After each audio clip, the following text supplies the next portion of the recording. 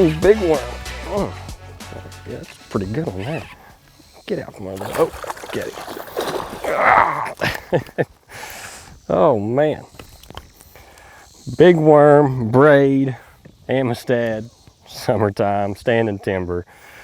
Oh, man.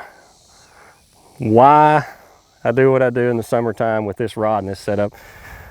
Everybody knows that I love to flip. You know, that's one of my favorite things in the world to do is flipping timber or grass or bushes. Amistad is always my go-to. That 7.3, it's got the right amount of tip, the right amount of backbone to set those fish hard and get them out of that cover.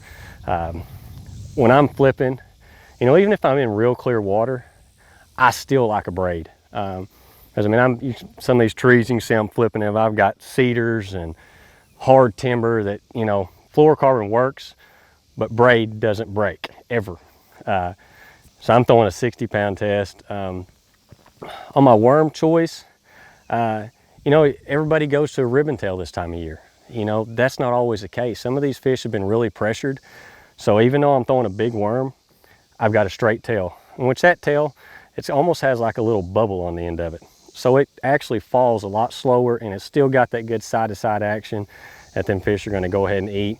1/4 ounce weight is almost 90% of what I'm gonna throw, especially with a straight tail worm. You know, I've always got a bobber stopper on there. But just going around, flipping that timber, and the main thing is though, guys, is getting to the base of that tree. You know, if you flip 3 foot to the left, 10 inches to the right, it's not gonna fall straight. So when you're flipping that timber, make sure that weight hits that tree or gets right in there as tight as you can possibly get to that base, because that's where those fish are gonna be setting. So that bait, when it falls, you want it to go straight down beside that tree. You know, example, like, we'll get over here and get back to the trees. But when you flip, say if you flip up there by that tree, you flip up there to it, really go ahead and pull you off 3 or 4 slack line. So that way that bait, because if you want it to fall just straight down beside that tree. Where if you flip it out there, and as soon as you, say we're in 8 foot of water, you engage your reel right there, well that bait's it's liable to be 6 foot away from that tree. Well, unless that fish is in the top 2 feet, you're probably gonna miss that fish 90% of the time. So make sure when you get up there next to that tree, you flip up there. If you know you're in 8 foot of water, strip off about 2 or 3, 4 times, let that bait fall, and really watch that line, because that thing's gonna jump, and then you get to crack the hammer.